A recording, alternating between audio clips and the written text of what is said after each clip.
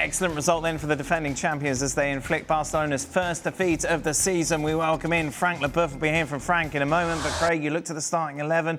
No Dembele, no Doué, no Kvaratskhelia, no Marquinhos. You thought, oh, blooming heck. João Neves got injured, I think, was it in the warm-up? Yeah. Or PSG there for the taking, but they were... There's five players, it's five superstars. Yes. Superstars going forward, your most experienced defender, away from home, no problem. Well, there was a problem at the start. And that's what I was saying there during the highlight. It took a little while for them to grow into the game. When you're making as many changes as they've had to make in Ligue 1 and today, and then you lose João Neves, who's a very, very good midfielder. So it upsets you a little bit. But that defending from Barca for the second goal is just a shambles.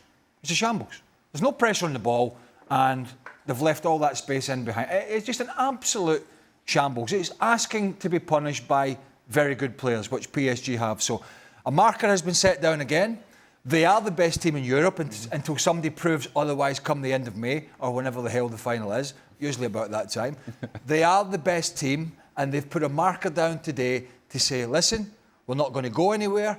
If we're going to be dethroned in this competition, somebody's going to have to wrestle it off us, basically. Yeah, we'll talk about Barcelona in a moment, but PSG, as Craig said, despite missing these star players, went toe-to-toe and very much deserved the win. And so instead of focusing on the players that were not there, and we know they're big names, and we know they're superstars, focus on the guys that were on the field. And you look at a kid like Mayulu that takes the goal so well in the manner in which he did. The level of activity of Barcola, who just keeps going on the left, on the right, down the middle, on the right, on the left, down the middle. And he just continues to be a threat getting in behind. Hakimi, when he joins in the attack, he is able to exploit that high line of Barcelona better than anybody else because he's coming from a deeper position already. So when you play him a through ball, he's coming from a deeper position, stays on side, and breaks everything up for PSG.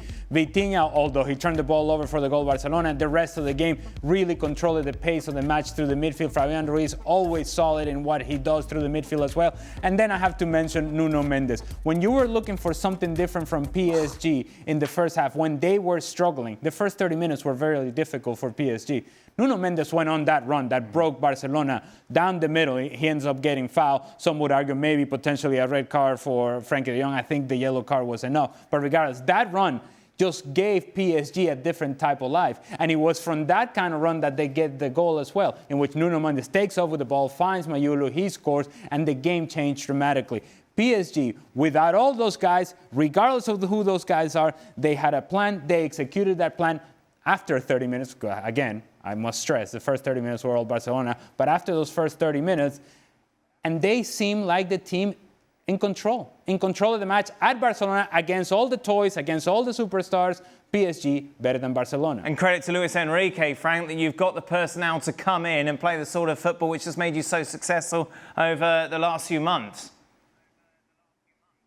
Yeah, I wasn't expecting that. I mean, knowing that you had so many absences and Paris lost the Classique last weekend, you know, I was really worried for the PSG team.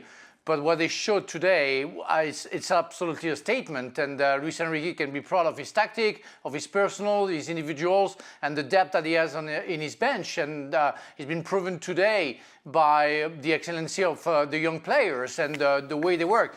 But it all goes to, and I agree with Ali, by one guy, Nuno Mendes. Nuno Mendes was not really there the first 25 minutes, and we saw Lamine Yamal. And then he switched off Lamine Yamal. He did exactly what he had to do to make sure with one ball that he got back from Lamine Yamal. And then we saw him on the De Jong yellow card, which I agree with Ali was a little bit more orange one than the yellow one. But after the second acceleration that he made and giving the ball to Mayulu was the beginning of the PSG domination.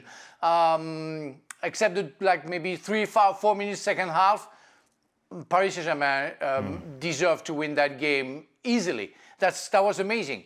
I was a little bit scared by the end because they couldn't convert what they were doing and scoring a goal. And I say, well, at one point, Barca is going to come back and score the goal and win accidentally that game. But Paris Saint-Germain, nothing to say. They did what they had to do, and with the 5 absences, out of to Luis Enrique. Perfect plans, perfect tactic. Well done, guys. Well, it wouldn't have mattered, would it? Both teams are going to go through. But no, both teams are going to go through. But I think the problem, and I think this is actually more of a statement, obviously, from Barcelona regarding negative play. Yeah, that's I think that's my. If I'm a Barcelona fan, it's a big issue because I've seen it coming this season. I might be top of the table, I might be undefeated, but so many times in these games that we've seen in La Liga, they've opened the door for opposition. And when you come up against a proper team like PSG, they're going to take advantage. Yeah, and that's where I was going. It's not really going to be bigger picture making a huge difference to these two teams in this huge league table that we're going to roll out maybe at some point. I think it's getting prepared next week. Getting prepared for the next round of the Champions League, because that's very exciting. Yeah. The next round. It's a marker and a learning curve of where you are. And as Frank said, they lost against Marseille. They've had all these injuries. You know, they're still the strongest team by far. But for Barcelona, although they've had a good start to the season in terms of results, you could argue, and I don't think it's up for much argument, the defending's been much worse than last year. Now, we talked about this the other day. Martinez gone to Saudi Arabia. Martinez was an organiser. He was a voice. He shepherded the back four. Wasn't the quickest, wasn't the biggest, wasn't the strongest, but was certainly the most experienced of those players. And the players that he's tried to bring in and to do that role, Eric Garcia's been there, Araujo, Christensen, Kubarsi, who was Martinez's partner last year, they're not really leaders of the back four in terms of squeezing up as a unit. And that's where they have the problem. It's been so many different personnel, but the same mistakes. Yep. And they're given, not just against the PSGs of this world, against some of the mediocre teams in La Liga that they've played. Those teams have carved out a lot of chances against this Barcelona side, and only because they have the firepower up front to overcome teams is why they have started the season the way they have, because defensively, once again, they've been very poor, and we saw it tonight.